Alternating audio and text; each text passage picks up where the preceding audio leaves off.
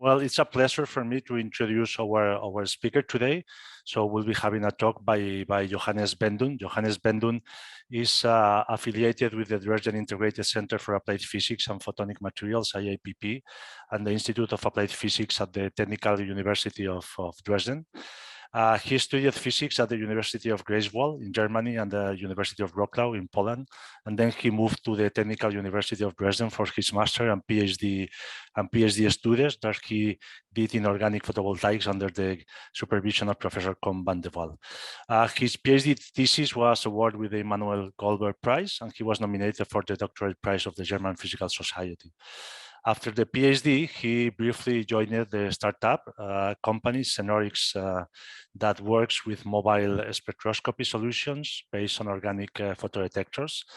And Johannes is currently leading the research group Organic Sensors and Solar Cells at the Technical University of Dresden within the chair of Professor Leo. And well, his main research interests range from the study of fundamental processes in organic semiconductors to improving optoelectronic devices by employing new materials and also exploring new device architectures. And he also does that from a fundamental, but also from a more applied perspective.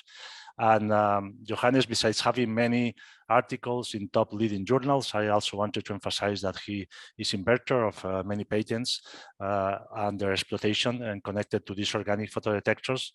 And today he's gonna give us a broad view on his work about narrow band organic photodetectors towards miniaturized spectroscopic sensing.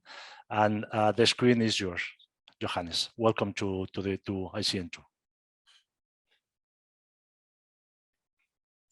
Okay. Hi, everyone. I'm really looking forward to the seminar later on. So first, Juliana will have a presentation, and afterwards, I will give my presentation.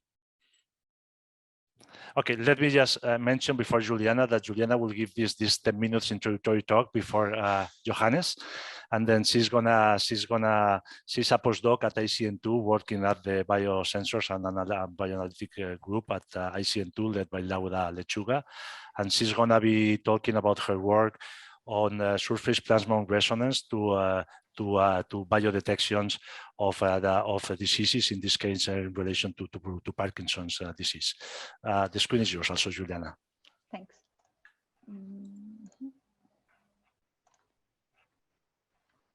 Let me. Now it's okay? Yeah? Yeah, perfect. Okay. So good afternoon, everyone. So today I will talk about the project that I have been working since last year in NanoBiosensor and Bioanalytical application group. This project is a collaboration for the group of Professor Salvador Ventura in Institute of Biotechnology and Biomedicine in UAB. And in this presentation, I will talk about the Parkinson disease, the diagnostics and some challenges, and the strategy, our strategy for the diagnostic, some results and challenges, and the general conclusions. The Parkinson disease is the second most common neurodegenerative disorder, affecting more than 7 million people worldwide. Only in Europe, there are more than 1.2 million people living with Parkinson disease. The cause of Parkinson disease is the death of dopaminergic cells, and this death of dopaminergic cells causes the motor and non-motor symptoms. Unfortunately, these symptoms only become visible after losing around 60% of the neurons, resulting in late diagnosis. The diagnosis nowadays is based in the symptoms and some image exams, and so no tests can conclusively say that someone has or not Parkinson disease.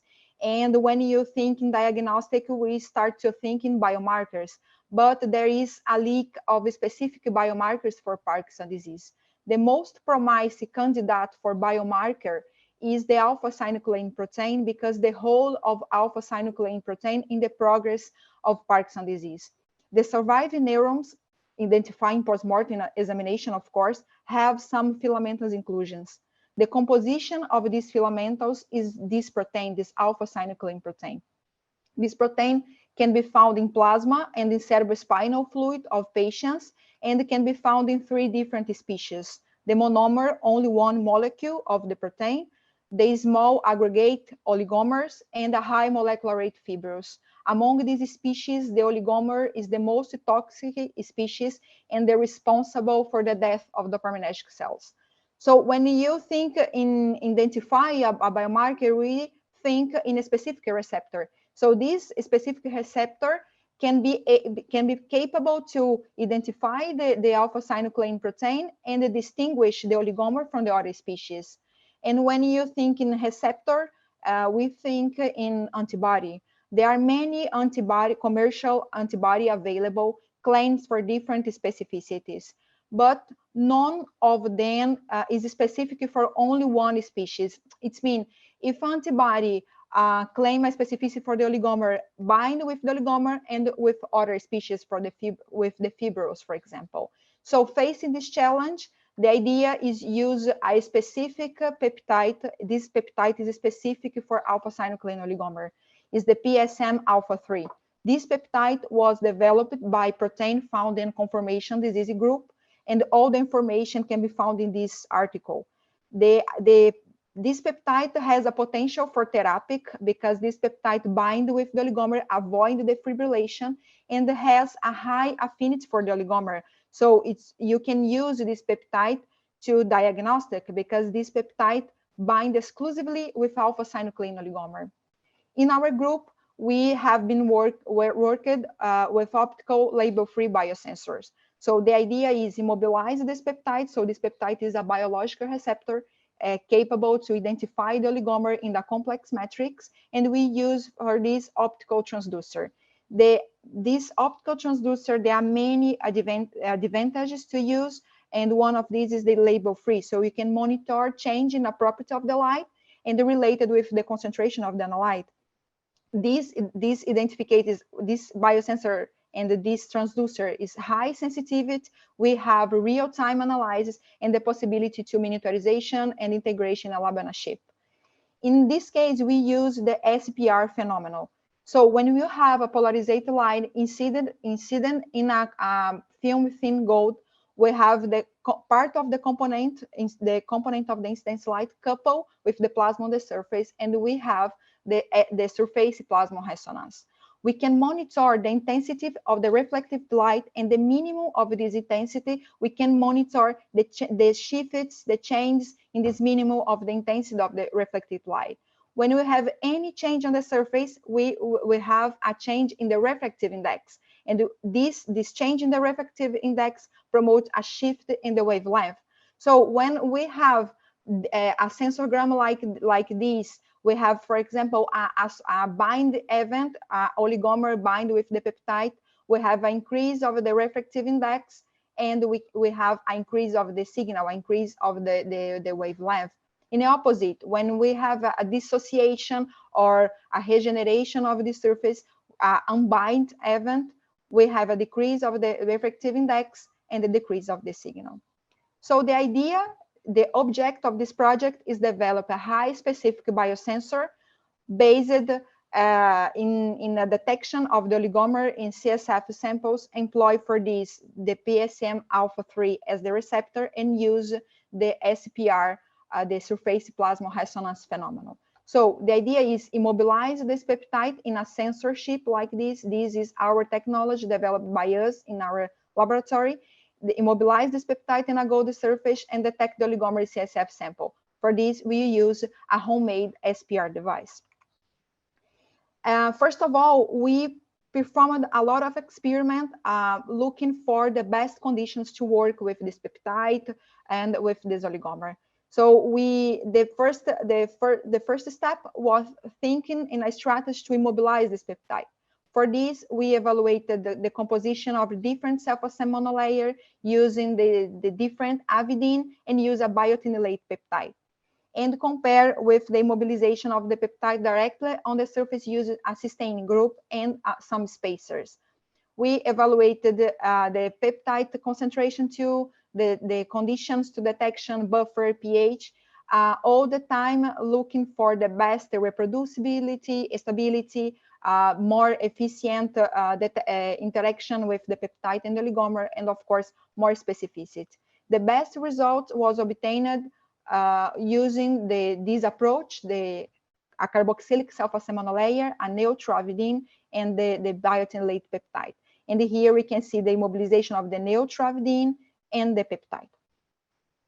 Under these optimized conditions, we perform experiments in standard conditions, and we obtained a direct assay. In this case, we compare with the monomer in the same range of the concentration. The idea was evaluate the specificity of the biosensor, and we can see a clear signal for the oligomer and without interference of the monomer. And in this assay, we obtain a limit of detection around 5 nanomolar. But sometimes we can improve this limit of detection, improve the sensibility. For this, we can use other strategy. So, for example, when we have oligomer concentration, we have a signal in ISPR. But when we put this oligomer in the presence of an antibody, for example, the presence of this huge complex on the surface disturb more the refractive index and promote a huge signal, and we obtain a huge signal for the shift of this wavelength, even if we have the same concentration. So using this, we can improve the sensibility because we can monitor now lower concentration than we obtained without this strategy. So using this sandwich assay in PBS and artificial CSF, we obtained in a range of the concentration lower than the first point of the direct assay. So we improve the sensibility, and of course we improve the limit of detection. And the limit of detection obtained was around 0.2 in standard conditions and around 1 in artificial CSF. It's important to highlight that the limit of detection could be expected 13 times lower than this if we consider the oligomer size, the molecular weight, because all this oligomer concentration is expressed in equivalent monomer concentration. And to finalize, we obtained, we performed experiments in 1% of CSF. We used a CSF from a health patient, and we spiked the oligomer concentration inside them, and we monitor using the direct assay and the sandwich assay using antibody to amplify the signal. The limit of detection obtained here was around 16 nanomolar in direct assay and 0.1 nanomolar in sandwich assay. So this is our ongoing working, and we have developed a sensitivity and a specific SPR-based detection for the oligomers, employing for this the PSM alpha 3 as the receptor. The strategy adopted by us